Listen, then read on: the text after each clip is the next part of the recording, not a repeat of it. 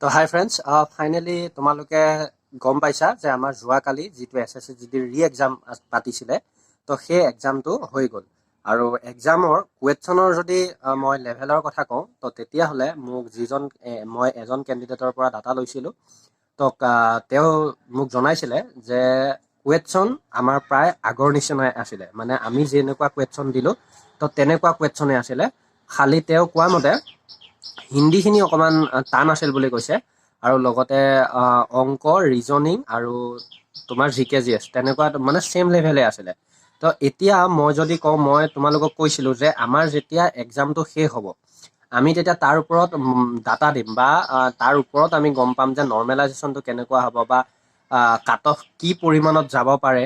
তো মই ভয় খাই আছিলোঁ কি মোক মানে সুধিছিলে সেই কেণ্ডিডেট কেইজনে যে দাদা কুৱেশ্যন মানে বেছি টান হ'ব নেকি, আগতকৈ বেছি টান হ'ব নেকি। তেতিয়া মই কৈছিলোঁ যে কোনো কাৰণে আগতকৈ টান নহয়, সেইটো তোমালোকে নিশ্চিন্ত থাকা।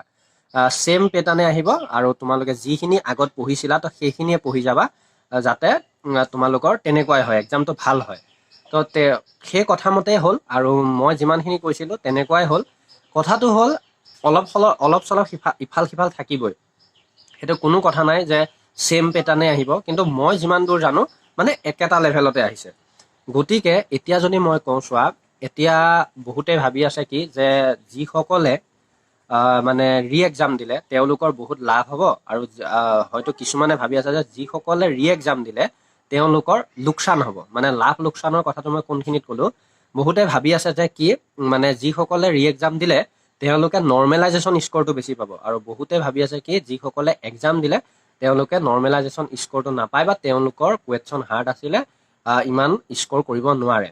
এইটো সম্পূৰ্ণৰূপেৰে মানে এটা মিছা তথ্য, বা এটা নিজে মানে অলাগতিয়াল ভাৱনা।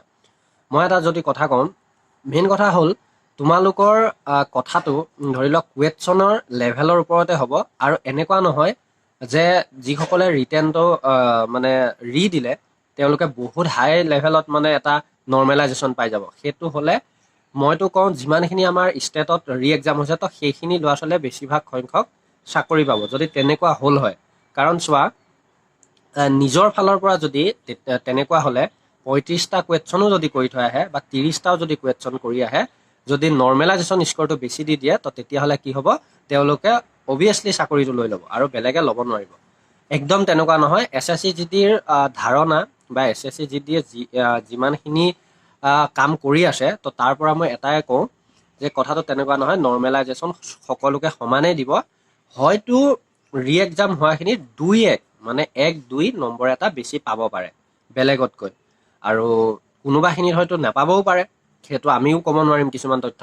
গতিকে কথাটো তেনেকুৱা। এতিয়া কথা হ'ল আমাৰ ৰিটেন সম্পূৰ্ণৰূপেৰে শেষ, আৰু যিসকলৰ যোৱাকালি দিছে মই জনাত প্ৰায় ল'ৰা ছোৱালীৰ এক্সাম ইমান বেয়া হোৱা নাই। গতিকে এতিয়া আমাৰ ৰিটেনৰ কাম শেষ। এতিয়া আমাৰ আছে ফিজিকেলৰ। গতিকে এতিয়া আমাৰ মেইন কথাটোৱে হ'ল আমি ৰৈ আছোঁ সকলোৱে এনচাৰ কিৰ বাবে। তো এনচাৰ কি কেতিয়া আহিব, মই জনাত এনচাৰ কি কেতিয়া আহিব, বা তোমালোকে কিমান আশা কৰিছা। এতিয়া মই যদি কথা কওঁ, চোৱা, আমাৰ অলৰেডি এটা ভেকেঞ্চি 2024-25 বা 25ৰ বাবে নামাকৰণ কৰি থৈছে, কেলেণ্ডাৰত উলিয়াই থৈছে। গতিকে এটা কথাটো সত্য যে আমাৰ আৰু এটা ভেকেঞ্চি 2024 বৰ্ষতে আহিব। গতিকে তোমালোকে এতিয়া চোৱা, যদি আমাৰ এইকেইদিনত মানে যদি এক্সামৰ কোনো খেলি মেলি নহ'ল হয়, তো তেতিয়াহ'লে নিশ্চয় আমাৰ সেই 12, 15, 13, 14ৰ ভিতৰতে হয়তো আমাৰ এনচাৰ কি ৰিলিজ কৰি দিলে হয়। কিন্তু আমাৰ এনেকুৱা এটা প্ৰব্লেম হোৱাৰ বাবে কি কৰিলে যে আমাৰ 30 তাৰিখে ৰি এক্সাম এটা কৰি দিলে, আৰু যাৰ বাবে আমাৰ লেট হৈ গ'ল। কিন্তু এতিয়া এনেকুৱা কথা নহয় যে আমাৰ সদায় লেটেই হৈ গৈ থাকিব, কাৰণ তেওঁলোকৰো দায়িত্ব থাকে। তেওঁলোকে এই ভেকেঞ্চিটো যিমান সোনকালে শেষ কৰিব পাৰিব তিমান সোনকালে তেওঁলোকৰ ভাল। গতিকে মই এটাই কথা কৈছোঁ, এতিয়া হয়তো যদি একো আৰু ভিতৰুৱাকৈ সমস্যা দেখা নাযায় বা নহয়, তো তেতিয়াহ'লে আমাৰ 3, 4, 5, 6, 7 মানৰ ভিতৰলৈকে আমাৰ এনচাৰ কি আহি যোৱাৰ ফাইনেল চান্স আছে বুলি ক'লেও ভুল নহয়। আৰু যদি কেনেবাকৈ সেই ডেটকেইটাত নাহেও, তো তেতিয়াহ'লে বেছি লেটো নহয়, আৰু যদি একদমেই আমাৰ 10 তাৰিখলৈকেও এৰি নিদিয়ে, তেতিয়া গম পাবা যে এইবাৰ নিশ্চয় কিবা এটা ভিতৰে খেলি মেলি হৈ আছে, আৰু অলপ বেছিকৈ লেট হৈ যাব। গতিকে তোমালোকক এটা কথা কওঁ, এতিয়া আমি একোৱেই কৰিব নোৱাৰোঁ। এনচাৰ কি আহে নাহে সেইটো আমি সময়ত গম পামেই। সকলোৱে বাৰু ধৈৰ্য ধৰিয়ে আছে, ৰখিয়ে আছে কেতিয়া আহে কি কথা, আৰু বহুতে কাট অফৰ ওপৰতো কথা সুধি আছে। তো কাট অফৰ ওপৰতো ক'ম, আৰু ফিজিকেলৰ ওপৰতো মই লাইভত আহি কৈছিলোঁ কিছু কথা। কিন্তু এতিয়া মই তোমালোকক এটাই ডাটা দিছোঁ যে আমাৰ যোৱাকালি কুৱেশ্যন লেভেল ইমান টানো নাছিল, ইমান ইজিও নাছিলে, আমি যেনেকুৱা দি আহিছিলোঁ তেনেকুৱাই আছিলে। আৰু এতিয়া তোমালোকে ভয় কৰিব নালাগে। এতিয়া যিসকলে ফিজিকেলি মানে এক্টিভ নাই, মানে মই কোনটো কৈছোঁ যে তোমালোকৰ টাইমিং বেছি লাগি আছে, তো তেওঁলোকক মই মোৰ ফালৰ পৰা এটাই কওঁ, যিমান পাৰা মেহনত কৰা, কষ্ট কৰা, মানে ৰানিংটো যিমান পাৰা মানে তোমালোকে ৰাতিপুৱা গধূলি কৰিবলৈ চেষ্টা কৰা। আৰু লগতে কিছুমান এক্সাৰচাইজ আছে সেইবিলাক কৰা, আৰু কিছুমানৰ যদি ৱেট বেছি আছে ৱেট কেনেকৈ কমাব লাগে সেইটো চোৱা, আৰু মানে ভালকৈ নিজকে বডিটো ফিট কৰি ৰখা, তেতিয়া হৈ যাব। বাকী ইমান কথা চিন্তা কৰিবলগীয়া নাই। SSCৰ ৰানিংটো ইমানো টাফ নহয়, গতিকে 24 মিনিটত আজিকালি প্ৰায় ল'ৰা ছোৱালীয়ে কমপ্লিট কৰি দিয়ে। আৰু ছোৱালীবিলাকৰতো 1600 মিটাৰ 8.5 মিনিট, গতিকে ধুনীয়া সুবৰ্ণ সুযোগ। আৰু এইবাৰ কাট অফো ইমান নাযায়, চিন্তা কৰিব নালাগে। গতিকে আজিলৈ মই এটা সৰুকৈ আপডেট আছিলে, আৰু কুৱেশ্যনৰ কথা বহুতে সুধি আছিলে, মই মোৰ ফালৰ পৰা দি দিলোঁ তথ্যটো।